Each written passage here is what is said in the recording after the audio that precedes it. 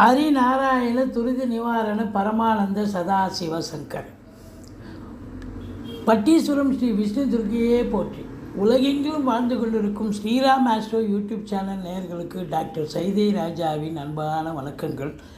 நாம் இப்பொழுது இந்த எபிசோடில் இன்றைய ராசி பலனை பார்க்க போகிறோம். வாங்க.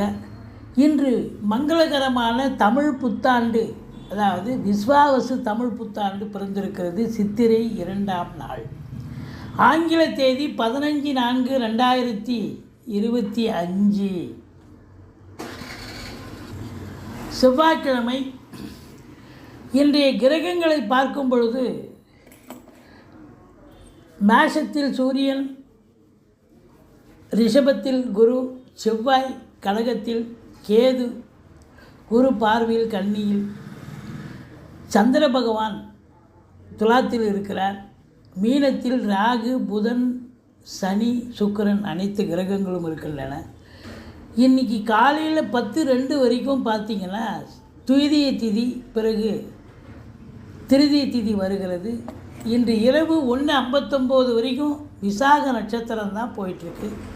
இன்றைய ராகு கால நேரம் மாலை 3 மணி முதல் 4:30 மணி வரை, யமகண்டம் காலை 10:30 மணி முதல் 12 மணி வரை, நல்ல நேரம் காலை 7:30 மணி முதல் 9 மணி வரை.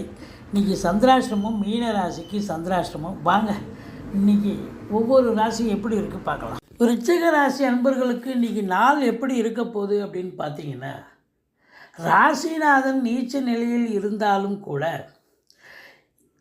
ராசியை குரு பார்ப்பது சிறப்பு. தெளிவான சிந்தனை, செயல்கள், எண்ணங்களால் உங்களுடைய செயல் வடிவம் சிறப்பாக செய்து வேலையாகட்டும் உத்தியோகமாகட்டும் அற்புதமாக பணியாற்றப் போகிறீர்கள். 10க்குடையவன் உச்ச நிலையில் இருப்பதால் தொழிலில் ஒரு அற்புதமான ஒரு சூழல், உத்தியோகத்தில் நல்ல ஒரு பேரு புகழ் அந்தஸ்து கண்டிப்பாக கிடைக்கப் போகிறது.